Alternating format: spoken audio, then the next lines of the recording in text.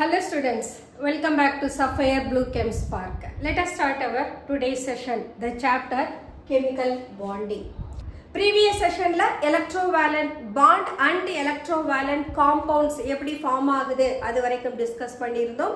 இன்னைக்கு செஷன்ல we are going to discuss about lattice enthalpy.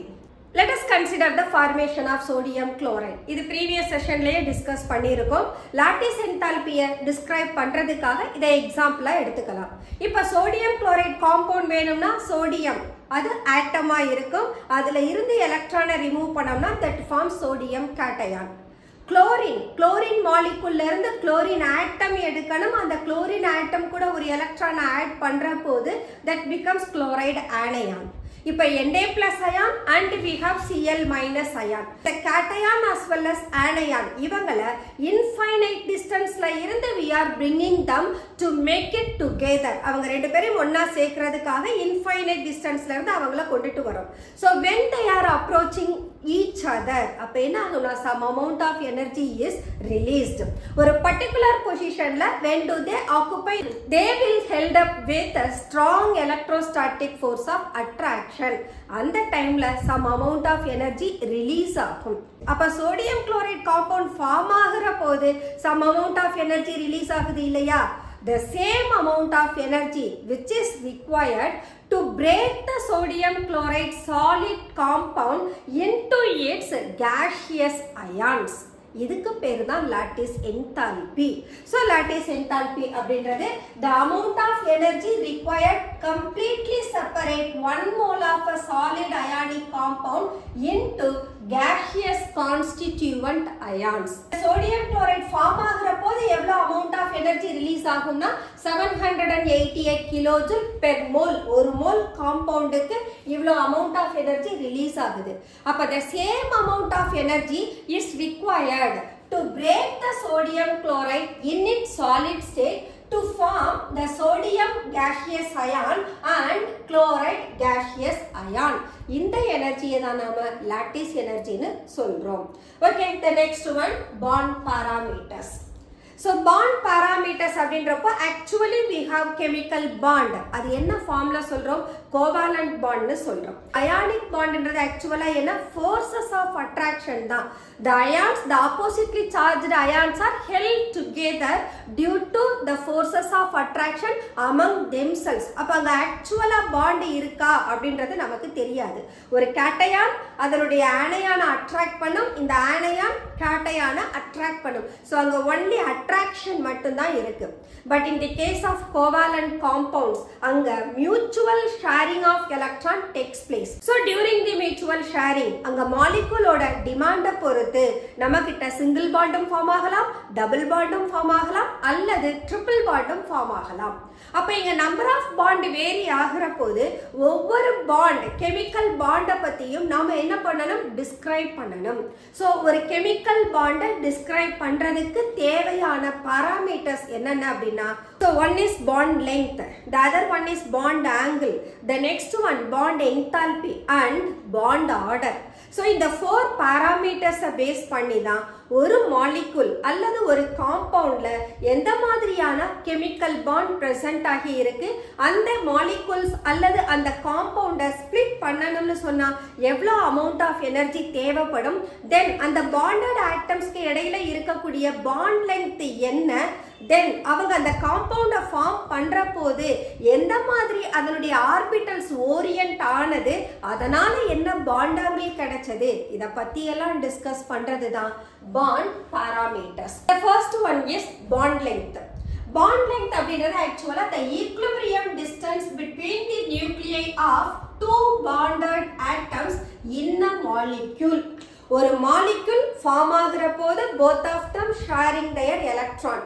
அந்த electron share ஆகுற போது அந்த பாண்டட் ஆட்டம்ஸ்க்கு இன் பிட்வீன்ல ஒரு ஈக்குலிபிரியம் பொசிஷன்ல தான் ஆக்குபை ஆகும்.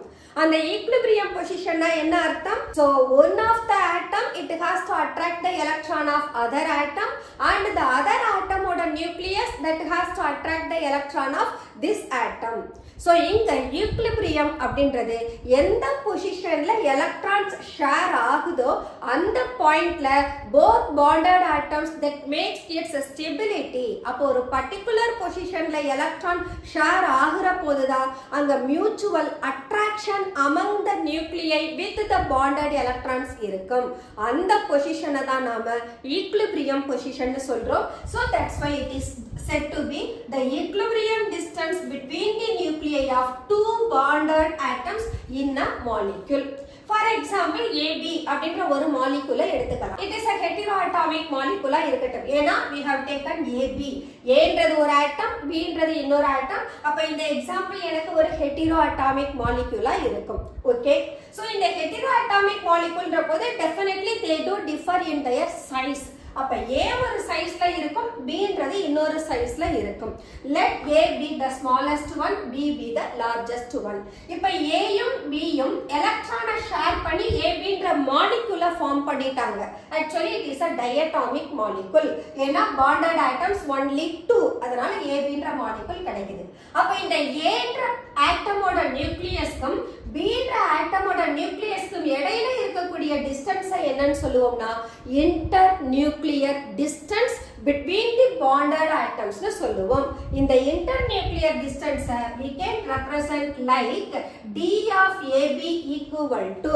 அப்ப இந்த இன்டர் நியூக்ளியர் டிஸ்டன்ஸ் எப்படி கிடைக்கும்?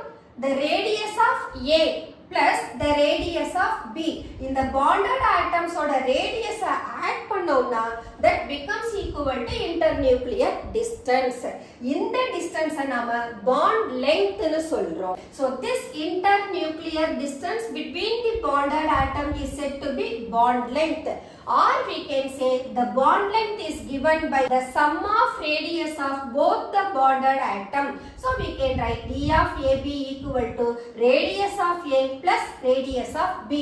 இந்த radius of A வை நாம covalent radii னு சொல்றோம். ஏன்னு கேட்டா இங்க mutual sharing of electron இருக்கு, அதனால covalent bond form ஆகுது.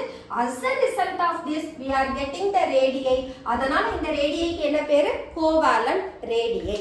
இது எனக்கு ஒரு மாலிகுலா இருக்கிற போது இதே மாலிகுல் நான் 1 mole அப்படினு சொன்னா there would be Avogadro number of molecules. அப்ப இங்க நான் ஒரே ஒரு isolated molecule பார்க்கறப்போ I am finding only the covalent bond length and covalent radii. இதே mixture இந்த covalent compound இப்ப ஹைட்ரஜன் மாலிகுல் for example இந்த ABன்ற மாலிகுலை நான் 1 mole கன்சிடர் பண்ணேன் அப்படினா then there would be Avogadro number of molecules இருக்கும். So இங்க molecules எப்படி இருப்பாங்க? AB AB AB னு செப்பரேட்டடா இருப்பாங்க. பட் அந்த மாலிகுல் ஒருவேளை gaseous-ஆ இருந்ததுனா இருக்கிற கண்டெய்னர் ஃபுல்லா என்ன பண்ணுவாங்க? ரோம் பண்ணிட்டே இருப்பாங்க. So இந்த கண்டிஷன்ல between the non bonded atoms we can able to find out van der Waal radii அல்லது van der Waal bond length நம்மனால கண்டுபிடிக்க முடியும். So what do you mean by van der Waal radii? See, van der Waal radii that represents the overall size of the atom which includes its valence shell. அதோட valence shell ஓட சேர்த்து நாம consider பண்ணணும். But அங்க அந்த molecule என்ன சிச்சுவேஷன்ல இருக்கணும்? non bonded situationல இருக்கணும். Let us consider the chlorine molecule. Chlorine molecule போது this is one chlorine molecule, this is another chlorine molecule, this is Cl2, this is also Cl2. So இந்த chlorine molecule சுத்தி எதுக்காக இந்த outer layer ஒன்னு கொடுத்திருக்கோம் அப்படினு சொன்னா this is nothing but இந்த molecules they are not binding each other. ரெண்டு பேரும் separate molecule. இது ஒரு chlorine, இது ஒரு chlorine. இப்ப ரெண்டு chlorine moleculeம் adjacentல இருக்காங்க. அப்படி adjacentல இருக்கிற போது we are finding what is the distance between them. இந்த two non bonded chlorine moleculeக்கு இடையில இருக்கக்கூடிய distance identify பண்ணோம்னா that is equal to 360 picometer. This 360 picometer is said to be van der Waal bond length. அப்ப இதுல half என்னவா இருக்கும்? van der Waal radii-ஆ இருக்கும். At the same time chlorine molecule ஓட ரெண்டு நியூக்ளியஸ்க்கு இடையில இருக்கக்கூடிய டிஸ்டன்ஸ் பார்த்தோம்னா that is 198 picometer. இந்த 198 picometer என்ன அப்படினா அதனுடைய covalent bond length. அப்ப chlorine bond length is 198 picometer. At the same time chlorine molecule இவங்க ரெண்டு பேருக்கும் இடையில இருக்கக்கூடிய van der Waal length எவ்வளவு? 360 picometer. அப்ப இந்த two moleculesக்கு இடையில இருக்கிற ரேடியஸை நான் கால்குலேட் பண்ணணும்னா that is said to be van der Waals radii. அதனால இங்க two molecules இருக்கு. So the bond length is divided by 2 and hence it is equal to 180 picometer கிடைக்கும். At the same time chlorine molecule இருக்கக்கூடிய bonded atoms-க்கு இடையில இருக்கிற internuclear distance எவ்வளவுனா 198 picometer. இததான் நம்ம covalent bond length னு சொல்றோம். அப்ப இந்த 198 picometerல 2 ஆல டிவைட் பண்ணோம்னா we are finding radius of chlorine equal to 0.99 picometer. அப்போ covalent bond length which is shorter than van der Waals bond length as well as covalent radius is smaller than van der Waals radii. Okay, how to determine this bond length? ஒரு molecule covalent bond form பண்ணலாம். even single bond கொடுக்கலாம், double bond கொடுக்கலாம், or even triple bond form பண்ணலாம்.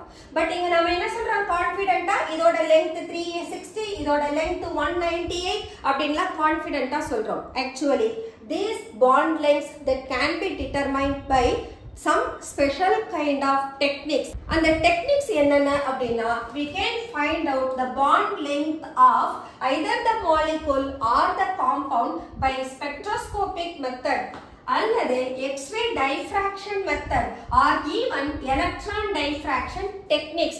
இந்த electron diffraction method is the most advanced method. இந்த method வழியா நம்மளால என்ன செய்ய முடியும், bonded atoms-க்கு இடையில இருக்கக்கூடிய bond length measure பண்ண முடியும்.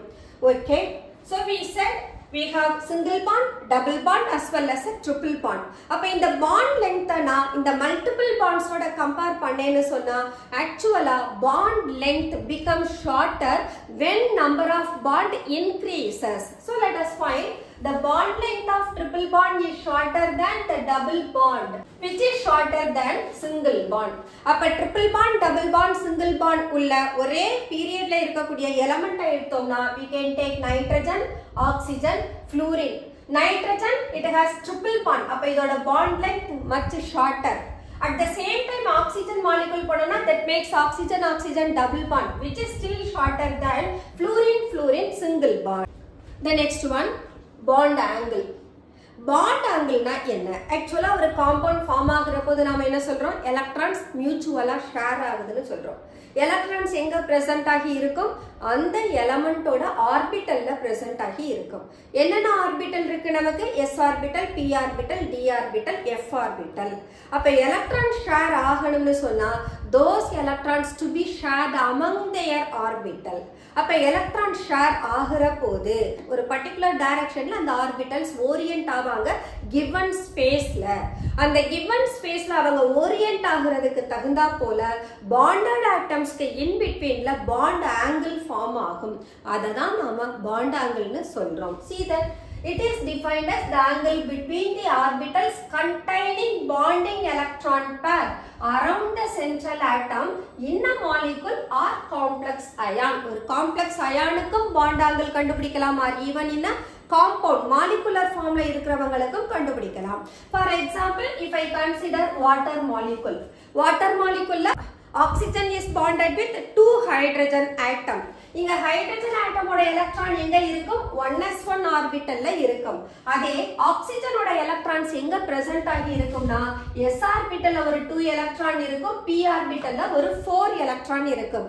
ஏன்னா oxygen ஓட valential electron 6. அப்ப இந்த orbital ஓட electron distribution 2s to 2p4 னு இருக்கும்.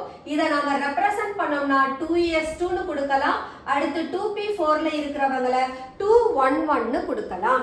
அப்ப இங்க 11 எலக்ட்ரான் இருக்காங்க பாத்தீங்களா, இந்த சிங்கிள் எலக்ட்ரான் ஹைட்ரஜனோட 1s1 எலக்ட்ரானோட ஷேர் பண்ணிக்கும். அப்ப அன்ஷேர்ட் எலக்ட்ரான் எங்க இருக்காங்க, 2s ஆர்பிட்டல்ல ஒரு அன்ஷேர்ட் பேர் இருக்கு, 2p ஆர்பிட்டல்ல ஒரு அன்ஷேர்ட் பேர் இருக்கு. அந்த அன்ஷேர்ட் பேர் தான் ஆக்சிஜன் மேல 2 lone pairs எலக்ட்ரானா பிரசன்ட் ஆகி இருக்கும். So இங்க lone pair electron with bonded atoms ஓட இருக்கிறதுனால அங்க certain repulsion இருக்கும். அப்ப என்ன நான் இந்த orbital repulsion minimize பண்றதுக்காக so இங்க bonded orbital என்ன பண்ணும்னா தன்னோட space reduce பண்ணும். அதனால தான் இங்க bond angle என்னவா கிடைக்குது நமக்கு 104.5 டிகிரின்னு கிடைக்குது. இந்த பாண்ட் ஆங்கிள் பத்தின எக்ஸ்பிளனேஷன் ஃபர்தர் தியரியில நாம டீடைலா பார்க்கலாம். The next one, bond enthalpy. Bond enthalpyனா என்ன? ஒரு covalent bond ஃபார்ம் ஆகுது. ஃபார்ம் ஆன கோவேலன்ட் பாண்டை நான் பிரேக் பண்ணணும். பிரேக் பண்ணேன்னா I can get the bonded atoms இண்டிவிஜுவலா எனக்கு கிடைச்சிரும். அப்ப அந்த பாண்டை பிரேக் பண்றதுக்கு தேவையான எனர்ஜியை தான் நாம பாண்ட் என்தால்பின்னு சொல்றோம். So we can say the amount of energy required to break 1 mole of bonds of a particular type between two atoms in a gaseous state. அப்போ ஒரு மாலிக்யூல்ல எக்ஸிஸ்ட் ஆகி இருக்கக்கூடிய பாண்ட் பிரேக் பண்ணணும்னு சொன்னா கம்பல்சரிலி அந்த மாலிக்யூல் அதனுடைய gaseous ஸ்டேட்ல இருக்கணும். அட் த சேம் டைம் அங்க நாம பிரேக் பண்ற bond between the bonded atoms ஆ இருக்கணும். அங்க எலக்ட்ரான் பேர் அந்த ஆர்பிட்டல்ல பிரசன்ட் ஆகி இருக்கணும். அப்ப அந்த பாண்ட பிரேக் பண்ற போது bonded atoms என்ன எலக்ட்ரானை ஷேர் பண்ணாங்களோ அந்த எலக்ட்ரானோட என்ன செய்திருவாங்க, வெளியில போயிடுவாங்க. அப்ப we are breaking the bond equally. அததான் நாம bond enthalpy-னு சொல்றோம். So here we are saying a particular type of bond between the bonded atom-னு சொல்றோம். இப்போ ஹோமோ டயட்டாமிக் மாலிகுல்ஸ் அல்லது ஹோமோ பாலிஅட்டாமிக் மாலிகுல் அப்படின்னா அங்க சிமிலர் கைண்ட் ஆஃப் ஆட்டம்ஸ் தான் இருப்பாங்க. அதே ஒரு ஹெட்டிரோ மாலிகுல்ஸ் எடுத்தோம்னு சொன்னா we may find 2 or more different atoms present ஆகி இருக்கும். அப்போ இப்ப chlorine for example I have chlorine molecule. இந்த குளோரின் மாலிகுலை நான் பிரேக் பண்றதுக்கு some amount of energy தேவைப்படும். அதே நான் ஹைட்ரஜன் குளோரைடை பிரேக் பண்ணணும்னா கண்டிப்பா குளோரின் அண்ட் ஹைட்ரஜன் அவங்களுக்கு தேவைப்படுற எனர்ஜியில இருந்து HCl பிரேக் பண்றதுக்கு தேவையான எனர்ஜி டிஃபர் ஆகும். அப்போ ஒரு பாண்டை பிரேக் பண்றதுக்கு தேவையான எனர்ஜி அந்த பாண்டட் ஆட்டம்ஸ் எந்த மாதிரியான கெமிக்கல் சிச்சுவேஷன்ல இருக்கு, ஹோமோவா இருக்கா, பாலிஅட்டாமிக்கா இருக்கா அல்லது ஹெட்டிரோ டயட்டாமிக்கா இருக்கா இல்ல ஹெட்டிரோ பாலிஅட்டாமிக்கா இருக்கா, இந்த கெமிக்கல் கண்டிஷன் இந்த சிச்சுவேஷனை பேஸ் பண்ணி தான் ஒவ்வொரு பாண்டா நாம பிரேக் பண்ற போது they do differ in their energy. அப்போ எல்லா பாண்டையும் பிரேக் பண்றதுக்கு ஈக்குவல் அமௌண்ட் ஆஃப் எனர்ஜி அங்க இருக்காது. So whenever we break one of the bond, the other bond it takes some different energy. அப்போ ஒவ்வொரு பாண்டையும் நாம பிரேக் பண்றது போது எனர்ஜி டிஃபர் ஆனதுன்னா ஓவரால் பாண்ட் என்தால்பியை கண்டுபிடிக்கிறதுக்கு நமக்கு டிஃபிகல்ட்டா இருக்கும். அப்ப என்ன பண்ணலாம், we can find out the average bond enthalpy. each bond break பண்றதுக்கு எவ்வளவு எனர்ஜி தேவைப்படுதோ அந்த எனர்ஜி எல்லாரையும் ஆட் பண்ணி total number of bonds ஆல டிவைட் பண்ணோம்னா we can get average bond enthalpy. So some examples எடுத்துக்கலாம். For example, hydrogen, it is a homodiatomic molecule and the hydrogen it has hydrogen single bond. அப்ப I can write hydrogen single bond. இந்த bond break பண்றதுக்கு தேவையான atomization enthalpy எவ்வளவுனா 435.8 kilojoule per mole. So here it is a single bond. அதே நான் oxygen diatomic மாலிகுலை எடுத்துக்கிறேன். So இந்த ஆக்சிஜனும் they have a double bond between the atoms. அப்ப இந்த double பாண்டை break பண்றதுக்கு எவ்வளவு எனர்ஜி தேவைப்படுதுன்னா 498 கிலோஜூல் தேவைப்படுது. At the same time nitrogen மாலிகுலை எடுத்தோம்னா where nitrogen is observed with the triple bond between the atoms. அப்போ n triple bond n அவங்கள பிரேக் பண்றதுக்கு 946 கிலோஜூல் பெர் மோல். ஒரு மோல் நைட்ரஜனை பிரேக் பண்ண 946 கிலோஜூல் தேவைப்படுது. அப்ப இந்த 3 எக்ஸாம்பிள்ஸையும் நாம கம்பேர் பண்ணோம்னா we may find single bondக்கு தேவைப்படுற bond enthalpy is minimum. அதே டபுள் பாண்டுக்கு தேவைப்படுற எனர்ஜி சிங்கிள் பாண்டை விட கொஞ்சம் கிரேட்டரா இருக்கு. At the same time triple பாண்டுக்கு தேவைப்படுற எனர்ஜி டபுள் பாண்டை விட மச் ஹையரா இருக்கு. அப்போ இங்க பாண்டோட கவுண்ட் இன்க்ரீஸ் ஆக பாண்ட் என்தால்பியும் என்ன ஆகும், இன்க்ரீஸ் ஆகும். இந்த பாண்டோட கவுண்டை தான் நம்ம என்னன்னு சொல்றோம்னா பாண்ட் ஆர்டர்னு சொல்றோம். ஸோ எத்தனை எலக்ட்ரான் பேர்ஸ் பாண்டட் ஆட்டம்ஸுக்கு இடையில ஷேர் பண்ணிக்குதோ அத்தனை பாண்டிங் நமக்கு கிடைக்கும். அதை தான் நாம ஆக்சுவலா பாண்ட் ஆர்டர்னு சொல்றோம். அப்ப பாண்ட் ஆர்டர் இன்க்ரீஸ் ஆனதுன்னா bond enthalpy also increases. Okay, இங்க நாம பார்த்தது எல்லாமே ஹோமோடையட்டாமிக் மாலிகுல்ஸ். இதே ஒரு ஹெட்டிரோ டயட்டாமிக் மாலிகுலோ அல்லது பாலிஅட்டாமிக் மாலிகுலோ எடுத்தோம்னா அங்க எந்த மாதிரியான எனர்ஜி தேவைப்படும்? See that HCl is taken.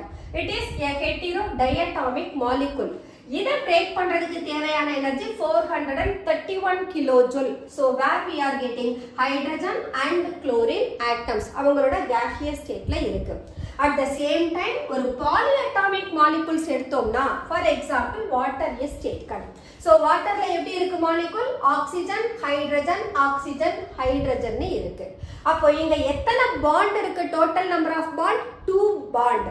நமக்கு பாண்ட் என்தால்பின்றது ஒரு மோல் பாண்ட பிரேக் பண்றதுக்கான எனர்ஜியை தான் பாண்ட் என்தால்பின்னு சொல்றோம். அப்போ water is composed of 2 moles of bond. அப்ப ஃபர்ஸ்ட் நான் எந்த பாண்ட பிரேக் பண்ணனும்? one of the OH பாண்ட பிரேக் பண்ணனும். பிரேக் பண்ணேனா இங்க ஹைட்ரஜனும் OHம் கிடைக்கும். அதுக்கான எனர்ஜி எவ்வளவுனா actually 502 கிலோஜூல் பெர் மோல் கிடைக்குது. இத ஃபர்ஸ்ட் அட்டாமைசேஷன் என்தால்பின்னு எடுத்துக்கலாம். The next remaining அடுத்த OH இருக்கு. இந்த OH நான் பிரேக் பண்ணனும். அதுக்கு எவ்வளவு எனர்ஜி தேவைப்படுதுனா just 427 கிலோஜூல் பெர் மோல் தான் தேவைப்படுது. அப்போ வாட்டர்ல இருந்து OHக்கு வரப்போ ஒரு ஹைட்ரஜனை நான் லூஸ் பண்ணிடுறேன். அப்போ வாட்டர்ன்ற ட்ரைஅட்டாமிக் மாலிகுல் அடுத்த கேஸ்ல வரப்போது என்னவா மாறிடுது? எனக்கு டயட்டாமிக் மாலிகுல் வெறும் OH மட்டும் தான் இருக்கு. இததான் சேஞ்ச் இன் கெமிக்கல் சிச்சுவேஷன்னு சொல்றோம். அப்போ ஒரு கெமிக்கல் சிச்சுவேஷன்ல இருந்து இன்னொரு கெமிக்கல் சிச்சுவேஷனுக்கு போற போது தேவைப்படக்கூடிய எனர்ஜி ஒன்னு ப்ரீவியஸை விட அதிகமாகவும் இருக்கலாம் அல்லது ஸ்மாலராகவும் இருக்கலாம். இந்த கேஸ்ல இந்த ஆக்சிஜன் ஹைட்ரஜன் பாண்ட பிரேக் பண்ணி ஆக்சிஜனும் ஹைட்ரஜனும் கிடைக்கிறதுக்கு எவ்வளவுதான் தேவைப்படுது energy? Just 427 kilojoule per mole. அப்போ 2 different energies we have. இந்த வாட்டர் மாலிகுலோட ஓவரால் பாண்ட் என்தால்பி என்ன அப்படின்னா we have to find out the average enthalpy. அப்போ both of the bond enthalpy to be added அத 2 ஆல டிவைட் பண்ணோம்னா நமக்கு average bond enthalpy கிடைக்கும். அப்போ வாட்டர் மாலிகுல ஹைட்ரஜனாவும் ஆக்சிஜனாவும் ஸ்ப்ளிட் பண்றதுக்கு தேவைப்படுற energy 464.5 kilojoule per mole. The next one bond order. bond order நான் இப்பதான் சொன்னேன். bonded atoms எத்தனை pairs of electron அவங்களுக்குள்ள மியூச்சுவலா share பண்ணிக்கிறாங்களோ that gives rise to its bond order. See that it is given by the number of bonds between the two atoms in a molecule. அதே போல isoelectronic molecule அல்லது isoelectronic ions. isoelectronic அப்படின்னா the molecules or the ions they have similar electronic configuration. அதாவது அவங்களோட atomic number எப்படி இருக்கும்? சேமா இருக்கும். அதனால எலக்ட்ரானிக் கான்ஃபிகரேஷனும் சேமா இருக்கும். So for such isoelectronic molecules or ions bond order எப்படி இருக்கும்? சேமாவே இருக்கும். So we can take example for isoelectronic species F2O2 2-. F2 அப்படினா இதனுடைய total number of electron actually atomic number 9. அப்ப 2 9s are எத்தனை எலக்ட்ரான் இருக்கும்? 18 எலக்ட்ரான் இருக்கும். அதே O2 2- ஆக்சிஜனோட மொத்த எலக்ட்ரான் அட்டாமிக் நம்பர் 8. அப்ப 2 8s are 16 பிளஸ் எத்தனை எலக்ட்ரானை கெயின் பண்ணிருக்கு? 2 எலக்ட்ரானை கெயின் பண்ணிருக்கு. அப்ப 16 plus 2 equal to 18 எலக்ட்ரான். அப்ப ஃப்ளூரின் மாலிகுல்ல இருக்கக்கூடிய நம்பர் ஆஃப் எலக்ட்ரானும் ஆக்சிஜன் டை நெகட்டிவ் அயான்ல இருக்கக்கூடிய எலக்ட்ரானும் சேமா இருக்கிறதுனால they are said to be isoelectronic species. அப்ப இங்க ஃப்ளூரினோட பாண்ட் ஆர்டர் என்ன? F single bond F. அப்போ O2 2- லைன் பாண்ட் ஆர்டர் எப்படி தான் இருக்கும்? சிங்கிள் பாண்டா தான் இருக்கும். So we can write O2 O- னு கிடைக்கும். Where the bond between the atom is single bond. So என்ன சொல்லலாம்? ஐசோஎலக்ட்ரானிக் மாலிகுல் அல்லது அயான்ஸ் அவங்களோட பாண்ட் ஆர்டரும் சிமிலரா இருக்கும். ஓகே, இப்போ இந்த 3 different parameters bond length, bond enthalpy and bond order இவங்க மூணு பேரையும் நாம கம்பேர் பண்ணலாம். எந்த மாதிரி கம்பேர் பண்ணலாம்? bond length bond order increase ஆகுற போது bond length என்ன ஆகுது? நமக்கு shorter. அப்ப bond order increases, bond length decreases. Next bond enthalpy வந்தீங்கன்னு சொன்னா bond order increase ஆகுற போது bond enthalpy increases. ட்ரிபிள் பாண்டுக்கு தேவைப்படுற energy double bond or even single bond விட greater-ஆ இருக்கு. அப்போ by comparing these three parameters, that is bond length, bond enthalpy and bond order, இவங்களை நாம compare பண்ணோம்னா we can say when bond order increases, bond enthalpy also increases, but bond length decreases. That's all bond parameters. The next one, resonance. So Lewis electron dot structure use பண்ணி we can depict only one structure, but that alone is not sufficient to describe about the parameters of the bond. For example, let us consider ozone molecule. So ozone molecule எடுத்தோம்னா that is made up of 3 oxygen atom, and in this ozone molecule we may find oxygen oxygen single bond as well as oxygen oxygen double bond. So we have written the 3 structure. This is the first one and this is the second one and this is third structure. But the first 2 structure we can observe that the position of double bond is being altered. So first case we have O single bond O whose bond length is 148 picometer and O double bond O where the bond length is 121 picometer. Similarly, in the second structure also we may find oxygen oxygen double bond length 121 but oxygen oxygen single bond is 148. But the molecules with this bond length parameter is found to be different when we consider the structure third one. So in this third structure we are finding the central oxygen which is bonded with the 2 more oxygen atom, but where oxygen oxygen bond length is found to be 128 picometer, which is different from the structures 1 and 2. அப்போ first ஸ்ட்ரக்சரை மட்டும் எடுத்தோ அல்லது second ஸ்ட்ரக்சரை மட்டும் எடுத்தோ நம்மனால ozone மாலிகுலை describe பண்ண முடியாது. So these structures are insufficient to describe about the bond parameters of the ozone molecule. அப்போ Lewis structure is not sufficient to describe the entire bond parameters of the molecule. So அதனால நம்ம என்ன கான்செப்டை எடுத்துக்கிறோம், resonance அப்படின்ற கான்செப்டை எடுத்துக்கிறோம். இந்த ரெசோனன்ஸ் என்ன பண்ணும், it does not alter the position of atoms. எல்லா ஆக்சிஜன் ஆட்டம்ஸ்மே அதோட பொசிஷன்ல தான் இருக்கும். Number of electron over the atoms அதுவும் சேஞ்ச் ஆகாது. இங்க ஷேர்டு பேர் ஒரு பாண்ட் இருக்குன்னா இங்கேயும் ஷேர்டு பேர் 1, இங்க shared pair 2 bonds 2 shared pairs of electron, இங்கேயும் 2 ஷேர்டு பேர்ஸ் ஆஃப் எலக்ட்ரான்.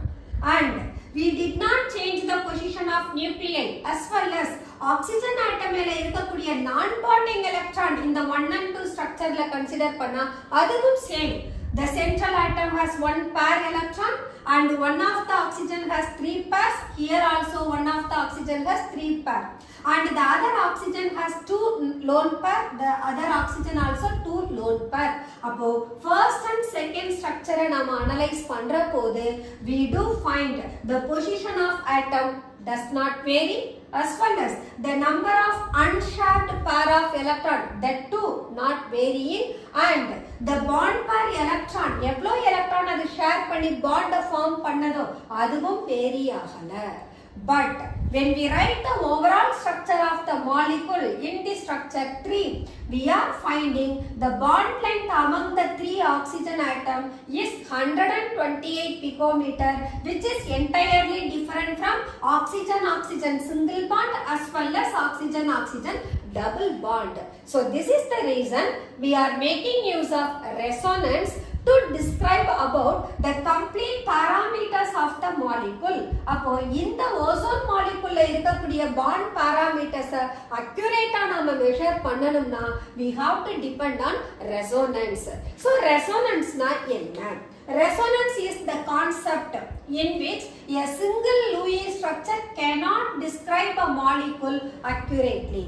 ஒரு மாலிகுலை அக்யூரேட்டா டிஸ்கிரைப் பண்றதுக்கு ஒரே ஒரு லூயிஸ் ஸ்ட்ரக்சர் நமக்கு ஹெல்ப் பண்ணல.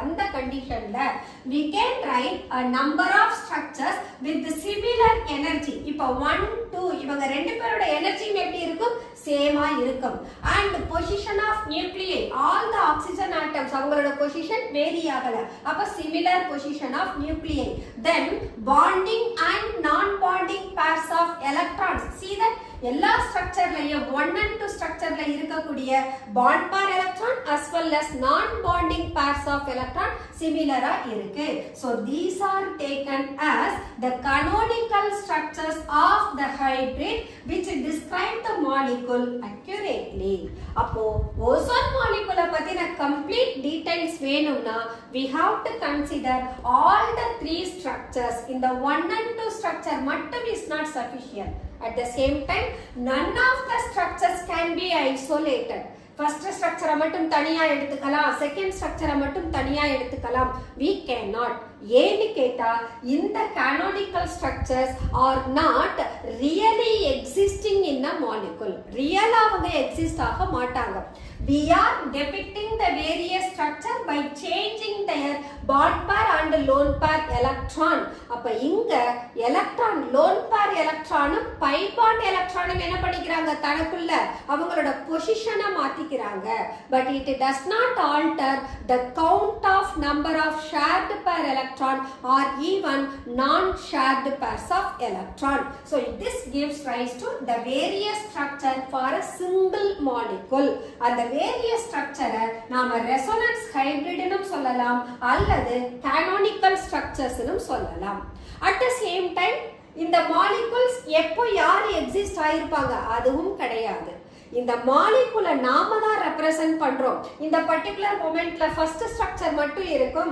அடுத்த மொமெண்ட்ல செகண்ட் ஸ்ட்ரக்சர் மட்டும் இருக்கும் நோ அந்த மாதிரியான எக்ஸிஸ்டன்ஸும் கிடையாது அப்ப ரெசோனன்ஸ் ஹைபிரிட் அப்படினு சொன்னா ஆக்சுவலி a single structure அந்த சிங்கிள் ஸ்ட்ரக்சரை நாம வேரியஸ் ஸ்ட்ரக்சர்ஸ் வழியா டெபிக்ட் பண்றோம் அப்படி டெபிக்ட் பண்ற போது we are measuring the parameters of molecule this is what resonance so resonance ன்றது actually how many resonating structures you are giving for a molecule that many times the stability of the molecule increases அப்ப resonance stabilizes the molecule as the energy of the resonance hybrid is less than the energy of any single canonical structure we have three structure 1 2 3 இந்த individual canonical ஸ்ட்ரக்சரோட எனர்ஜியை நீங்க compare பண்ற போது overall ஸ்ட்ரக்சரோட energy எப்படி இருக்கும் ஸ்மாலரா இருக்கும் அப்ப எனர்ஜி ஸ்மாலரா இருந்ததுன்னா நமக்கு ஸ்டெபிலிட்டி இன்க்ரீஸ் ஆகும் அப்போ when we write more than one resonance structure for a given molecule where the energy of the system decreases and hence the stability increases னு சொல்லலாம் next thing resonance averages the bond character as a whole ஒரு மாலிகுலோட on the ஹோலா நம்ம பார்க்கிற போது bond parameters அது என்ன பண்ணுது average பண்ணுது இங்க பாருங்க 148 121 சிங்கிள் பாண்டும் டபுள் பாண்டும் பட் இங்க வந்தோம்னு சொன்னா there is no actual double bond நாம ஏன் இந்த எலக்ட்ரானை இப்படி எல்லா பக்கமும் டேஷ் லைனா கொடுத்திருக்கோம்னா one of the pi electron இந்த மூணு ஆக்சிஜன் ஆட்டம்ஸ்க்கும் இடையில என்ன பண்ணிக்குது தானே ஷேர் பண்ணிக்குது அதாவது delocalize பண்ணுது அப்போ the delocalization of pi electron takes place among the bonded atoms அந்த delocalization தான் நாம எப்படி கொடுக்கிறோம் இந்த dotted lineல கொடுக்கிறோம் அப்ப இந்த டபுள் பாண்ட்ன்றது நமக்கு both the side எந்த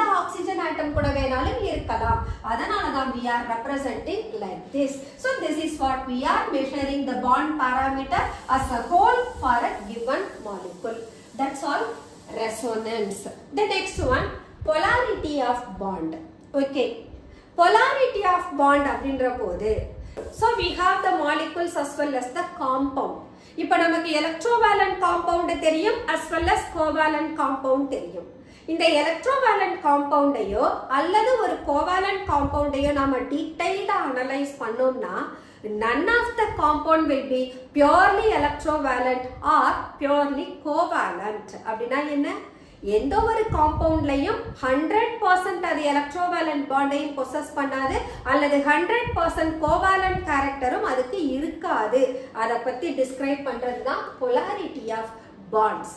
இந்த polarity of bonds ஆக்சுவலா ஒரு கோவாலன்ட் காம்பவுண்ட்ஸ்க்கு நாம எடுத்துட்டு போவோம்.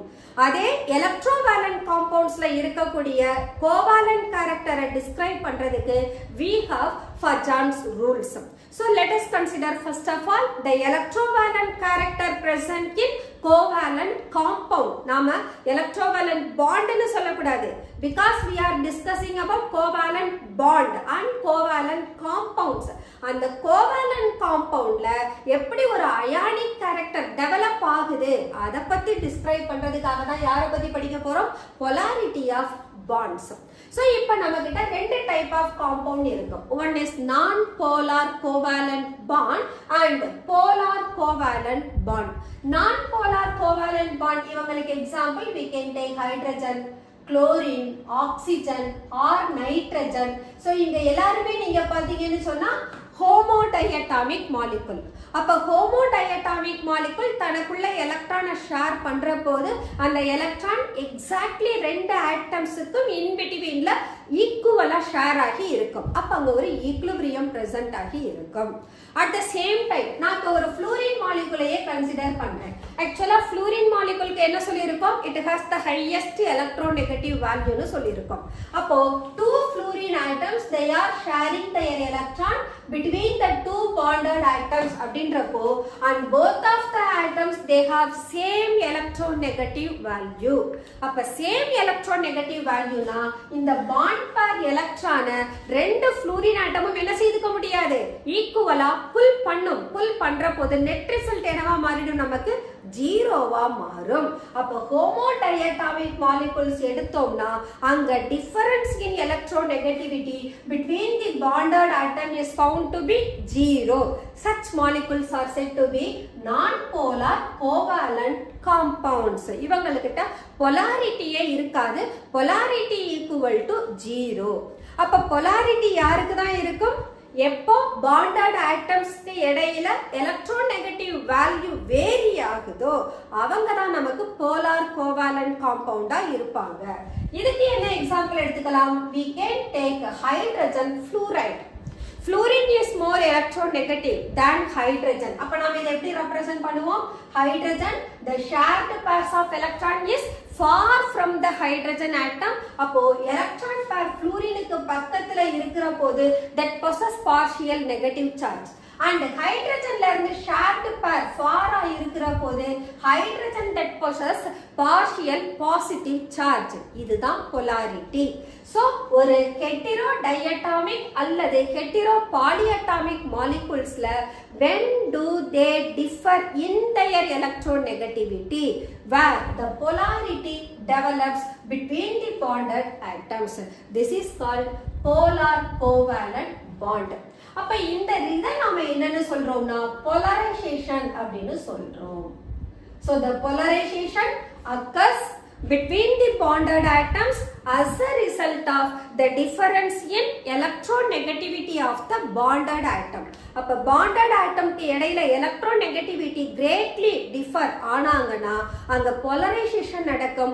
polarization நடக்கிறதுனால bonded atoms க்கு partial positive partial negative charge கிடைக்கும். இத நாம partial னு தான் சொல்லணும். ஏன்னு கேட்டா bond complete ஆ detach ஆகல, break ஆகல.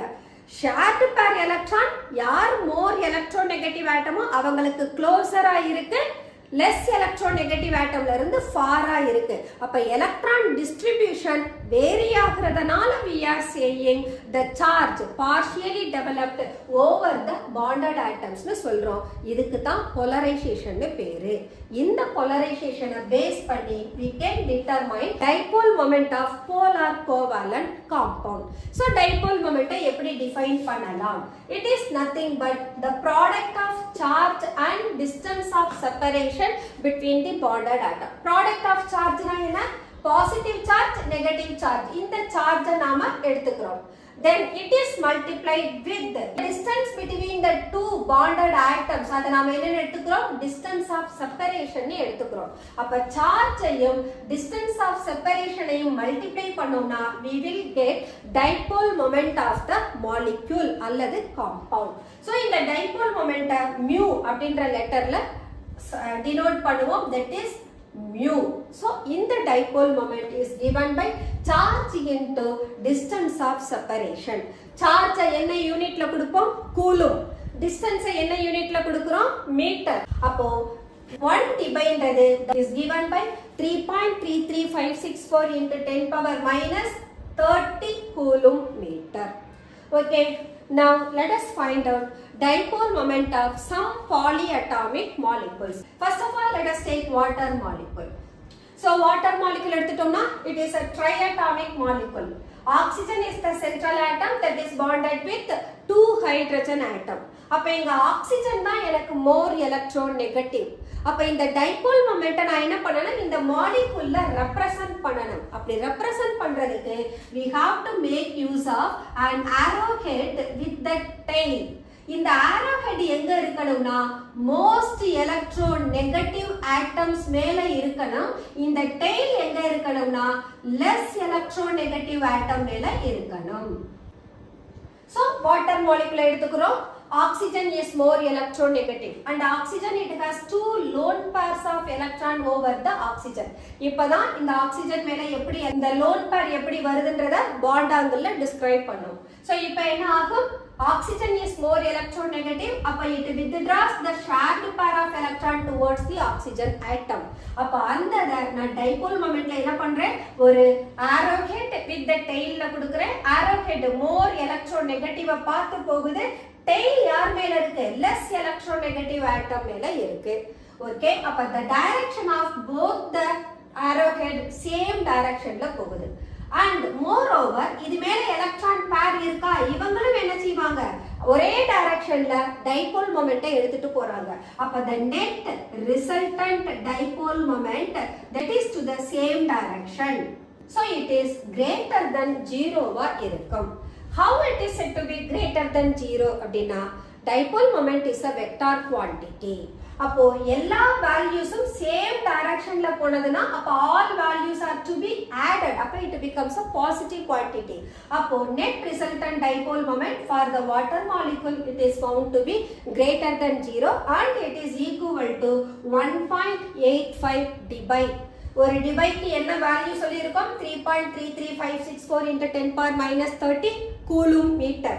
அப்போ டிபை by unit 1.85 ஓட மல்டிப்ளை பண்ணோம்னா we can find out the dipole moment of water molecule is 6.17 into 10 power minus 30 coulomb meter. So this is for water. Now let us find beryllium fluoride. Beryllium fluoride is also a triatomic molecule. The beryllium is the central atom to which the 2 fluorine atom is bonded. இங்க போனீங்கன்னா beryllium fluoride, the structure of beryllium fluoride is given like this. So in the case la fluorine it has 3 pairs of electron about it and beryllium it has no lone pair of electron. இதுகிட்ட valence shellல இருக்கிறதே 2 electron தான். இந்த bonded atomsல பார்த்தோம்னா fluorine is more electronegative than beryllium. அப்போ நம்மளோட dipole moment arrowhead யாரை பார்த்து போகணும்? Towards the fluorine. So we can represent like this. And in the directionல போனீங்கன்னா this is what the direction of movement of electron. இது எனக்கு positive குவாண்டிட்டியா இருந்ததுனா both the bonded atoms are similar and they similar in their electronegative value also. அப்போ இந்த positive quantity எதுக்கு ஈக்குவலா இருக்கும்? அதோட ஆப்போசிட் டைரக்ஷன்ல போற மேக்னிட்யூடுக்கு ஈக்குவலா இருக்கும். அப்ப இங்க magnitude same but direction is different. அப்ப நெட் ரிசல்ட் என்னவா இருக்கும்? dpm equal to 0. So this is for beryllium fluoride. At the same time we can take tetraatomic molecule BF3 ஐ எடுக்கிறோம். இந்த BF3 க்கும் dipole moment is found to be 0. இதுக்கு என்ன ரீசன்னா we are representing the molecule in a trigonal planar shape. At the same time நாம இங்க beryllium fluorideக்கு என்ன shape எடுத்துறோம்? லீனியர் ஷேப் எடுத்துறோம். லீனியர் ஷேப் எடுக்கறப்போ both the fluorine atoms are to their 2 different end. அந்த எண்ட்ல போறப்போது ரெண்டு டைரக்ஷன்லயும் நமக்கு dipole moment இன்வால்வ் ஆகுது. அதனால டைரக்ஷன் சேஞ்ச் ஆகுது, மேக்னிட்யூட் சேமா இருக்கு. That's why we get 0. அதே நம்ம இங்க BF3 ல பார்த்தோம்னா it takes trigonal planar structure. அப்ப trigonal planar அப்படின்ற போது we can make use of this molecule. இங்க இந்த fluorine more electronegative, so this is what its value. And இங்க dipole moment இப்படி represent பண்ணலாம், then இதுக்கு dipole moment இப்படி represent பண்ணலாம். அப்ப இந்த molecule நான் எடுத்தேன்னா I can take இதனுடைய net resultant dipole moment opposite ல இருக்கும், அதே அடுத்த fluorineோட at the apex of trigonal ல இருக்கக்கூடிய fluorineோட dipole moment இந்த directionல இருக்கும். அப்ப இங்க net dipole moment equal to நமக்கு என்னவா இருக்கும்? 0வா மாறிடும். That's why BF3 molecule also possess the net dipole moment 0. The next one, let us compare the dipole moment of ammonia with trifluoroammonia. NF3 ஓட dipole momentையும் NH3 ஓட dipole momentையும் compare பண்ண போறோம். NH3 dipole moment is found to be 4.90 into 10 power minus 30 coulomb meter. At the same time, NF3 ல அதனுடைய dipole moment is 0.8 into 10 power minus 30 coulomb meter. Reason? Fluorine is more electronegative than nitrogen. But in ammonia, nitrogen is more electronegative than hydrogen. இதுதான் simple reason. அப்போ in ammonia molecule, நான் resultant dipole moment towards யாரை பார்த்து இருக்கும்? nitrogen பார்த்து இருக்கும். So we can represent like this. So the net dipole moment is this is. So here dpm is maximum, right? And it is equal to how much? 4.90 into 10 power minus 30 coulomb meter. At the same time, NF3 எடுத்தோம்னா fluorine is more electronegative. Fluorine சுத்தி 3 pairs of electron இருக்கணும் because of its valence shell. So here fluorine is more electronegative and hence the electron which are pulled by the 3 fluorine atom. Therefore, the net resultant dipole moment is to the same direction. At the same time, nitrogen மேல ஒரு lone pair electron இருக்கு, இதனுடைய movement எப்படி இருக்கும்? upwardல இருக்கும். அப்ப net resultant dipole moment we will find to be this way. And these are differing in their magnitude, but the direction is opposite. அப்ப இங்க ஒரே ஒரு lone pair electron இருக்கு, அப்ப அதுக்கு தகுந்தா போல தான் இங்க dpm இன்வால்வ் ஆகும். At the same time, opposite directionல 3 most electronegative fluorine atoms இருக்கு, அப்போ இந்த value lone pair electron value விட அதிகமா இருக்கும். As a result of this, the net dipole moment decreases and it is found to be 0.8 into 10 power minus 30 coulomb meter. That's all. Polarity of bonds. The next one, Fajans rule. So just now we discussed polarity of bond. Polarity of bond எதை பத்தி சொன்னது? ஒரு covalent compoundல present ஆகி இருக்கக்கூடிய ionic character-ஐ describe பண்ணுது. Similarly, ஒரு ionic compoundல இருக்கக்கூடிய partial covalent character-ஐ பத்தி describe பண்றது தான் Fajans rule. According to this rule, we have to follow the condition. First condition என்ன அப்படின்னா கேட்டையானோட சைஸ் மச் ஸ்மாலரா இருக்கணும். அப்ப கேட்டையானோட சைஸ் எப்ப ஸ்மாலரா இருக்கும்? அதோட மேக்னிட்யூட் ஆஃப் சார்ஜ் இன்க்ரீஸ் ஆக size of the cation decrease ஆகும். அப்போ ஸ்மாலர் த கேட்டையானா இருந்தாங்கன்னா they have the greater polarizing power. At the same time, ஆனையானை எடுத்துக்கிட்டோம்னா ஆனையானோட சைஸ் லார்ஜரா இருக்கும். எப்போ லார்ஜரா இருக்கும்? when the magnitude of its negative charge is greater. அப்ப size of the anion increase ஆகி இருக்கும். அப்ப size of the anion greater-ஆ இருந்ததுன்னா அது polarize ஆகக்கூடிய tendency-யும் அதிகமா இருக்கும். The next thing, எந்த அளவுக்கு ஒரு கேட்டையான் ஒரு ஆனையான போலரைஸ் பண்ற போது அந்த ஆனையான் தன்னுடைய ஷேப்பை டிஸ்டார்ட் பண்ணுதோ அதை பொறுத்து அந்த காம்பவுண்ட்ல கோவாலன்ட் கேரக்டர் இன்ட்ரடியூஸ் ஆகும். ஸோ ஒரு அயானிக் காம்பவுண்ட்ல இருக்கக்கூடிய கோவாலன்ட் கேரக்டரை மெஷர் பண்றதுக்கு we need 3 parameters. The one is smaller the cation. Smaller the cation, அதனுடைய magnitude of positive charge greater-ஆ இருக்கணும். Then the cation is said to be having more polarizing power. Then anion எடுத்தோம்னா அந்த polarizability of the anion is greater when its size is larger. And the cation anion polarize பண்ற போது எந்த அளவுக்கு anion தன்னோட ஷேப்பை distort பண்ணுதோ, distort அப்படின்னா ரெகுலர் ஷேப்ல இருந்து டிவியேட் ஆகுறது, அதை பொறுத்து அந்த காம்பவுண்ட்ல நம்மனால percentage of covalent character in an ionic compound கண்டுபிடிக்கலாம். So we can write the rules. Greater the charge of cation, smaller its size. நம்ம cationக்கு சொல்றோம் C+. அப்போ that can attract the electron cloud of the anion. அதனால தான் அதை நம்ம polarizing அப்படின்னு சொல்றோம்.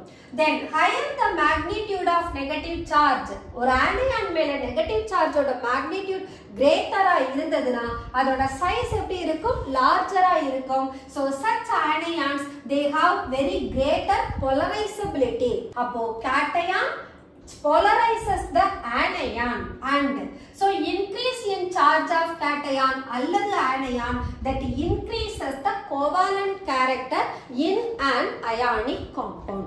இதுக்கு நாம எக்ஸாம்பிள் எடுத்துக்கலாம். For example, let us take the metals sodium, magnesium, aluminum. இங்க chlorides of metals எடுத்திருக்கோம். இதனுடைய covalent character sodium chloride ல இருந்து aluminum chloride போற போது that makes increases. aluminum chloride ல covalent character greater ஆ இருக்கு, at the same time covalent character sodium chloride ல smaller ஆ இருக்கு. Reason என்ன? sodium plus ion and here Mg2 plus ion, there it is Al3 plus ion. அப்ப magnitude of positive charge increase ஆகுது, அப்ப size of the cation நமக்கு decrease ஆகுது. அப்ப size of the ion வச்சு சொன்னோம்னா the sodium plus ion is larger in size compared to aluminum ion. அப்ப aluminum 3 plus smaller size ஆ இருக்கிறதுனால it has more polarizing power, and hence aluminum chloride has more covalent character than sodium chloride. Similarly, same group element எடுத்துப்போம். lithium, sodium, potassium இவங்க மூணு பேரும் first group element, and they are forming the salt of chloride. இந்த same குரூப்ல இவங்களுக்கு கோவாலன்ட் character எப்படி கண்டுபிடிக்கலாம்னா down the group size of the cation increase ஆகும். அப்ப நமக்கு கேட்டயானோட சைஸ் ஸ்மாலரா இருந்தாதான் polarizing power increase ஆகும்.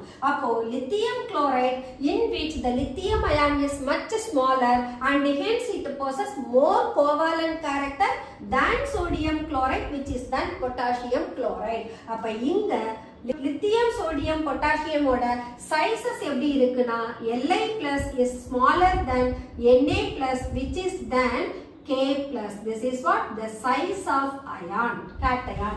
இதுவும் நம்ம size of the cation தான் describe பண்றோம். The next one. Let us find same element but they have a variable valency. அப்ப வேரியபிள் வேலன்சி இருந்ததுன்னா ஒரு எலிமெண்ட்டுக்கு லோயர் வேலன்சியும் இருக்கும், ஹையர் வேலன்சியும் இருக்கும். So we can have the example of FeCl3, FeCl2, iron 3 chloride, iron 2 chloride. இந்த ரெண்டு காம்பவுண்ட்ல கோவாலன்ட் character யாருக்கு கிரேட்டர்னா FeCl3. This is why because Fe3 plus it is greater the magnitude of positive charge, அப்ப smaller the size of cation and hence it has more polarizing power. That's why FeCl3 it has more covalent character than FeCl2. That's all Fajan's rule. So according to Fajan's rule, we can find out the how far percentage of covalent character present in ionic compound. That's all. Okay students, let us close our today's session. Let us continue the same chapter in our following sessions. Until then, bye bye.